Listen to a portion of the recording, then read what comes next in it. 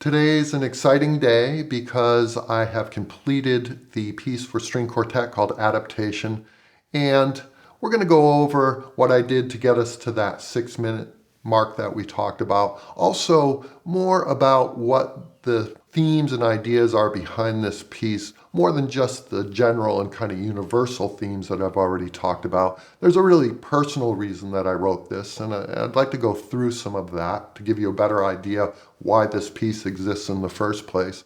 I think it's really, really important if you're going to put the effort into creating something that comes from you. You've got to have a reason for it. This is a long and difficult process to bring something into the world like this. And if it doesn't mean anything to you, then it doesn't mean anything to anyone else. It's really important that there's a reason behind these things. So let's look at where we left off.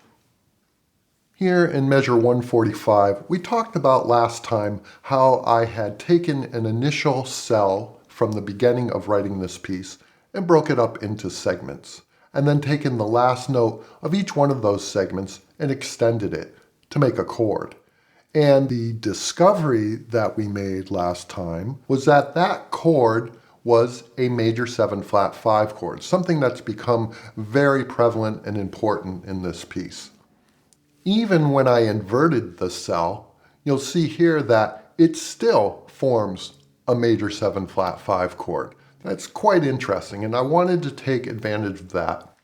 Let's take a listen to how I used the forming of these chords from this cell and presented it at both pianissimo and forte to get two different feelings from these chords.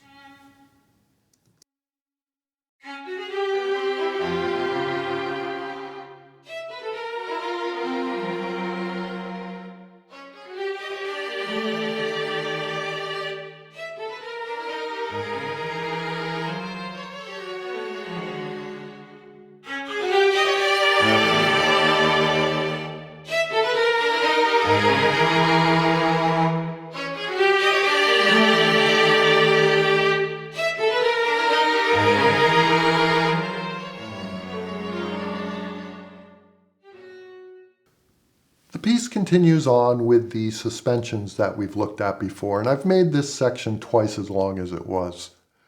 A really interesting thing is I played this for a very good friend of mine who's a composer, and he said that it felt like the beginning of an ending, and because it was reaching upwards, he said it felt like some sort of idea or epiphany was bubbling up. And I think he's exactly right. I think maybe he even understood what I meant here better than I did.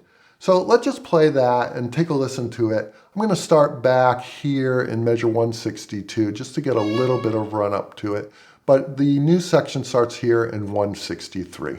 Let's take a listen to that.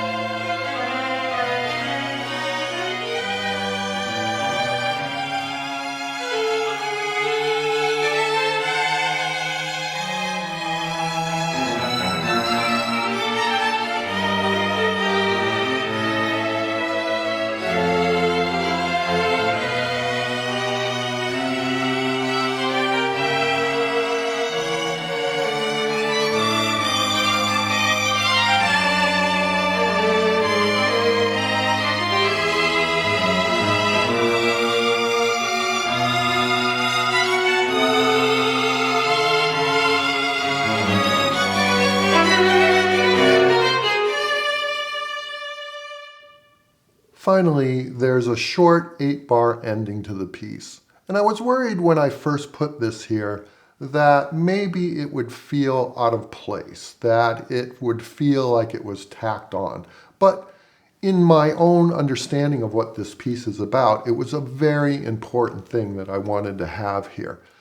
That same composer friend that I played it for said that he felt like it was an epilogue. And I really like how he looked at it like that, and that's how I'm going to look at it. Let me show you where this came from before I play it and tell you a little bit more about what this piece means to me. Our final statement, or epilogue as we're calling it, comes from these two measures right here, starting in measure 39. And I always knew that these two measures felt like they didn't quite fit the rest of the piece, like they're a little bit out of place. But they're really important to my personal understanding of this piece. When we first started, I talked about the universal ideas of adapting and evolving in personal journeys.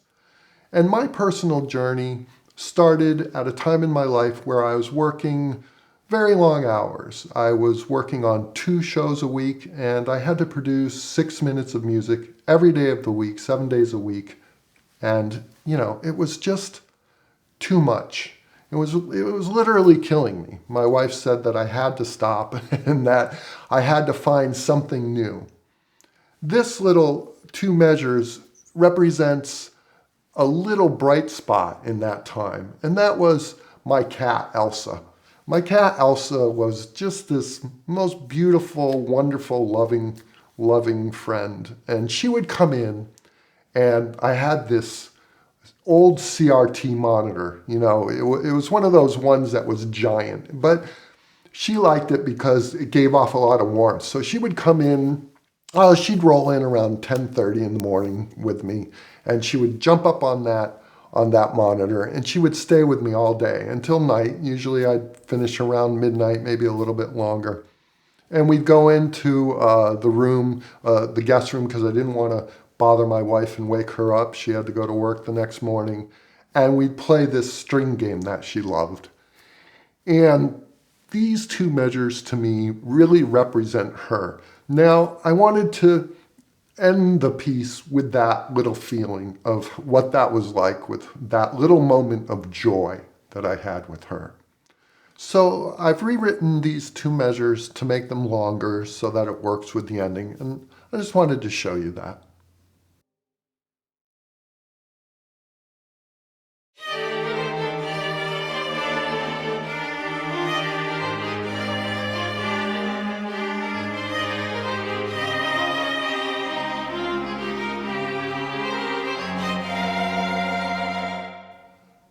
I think what's left now is to take a listen to the entire piece.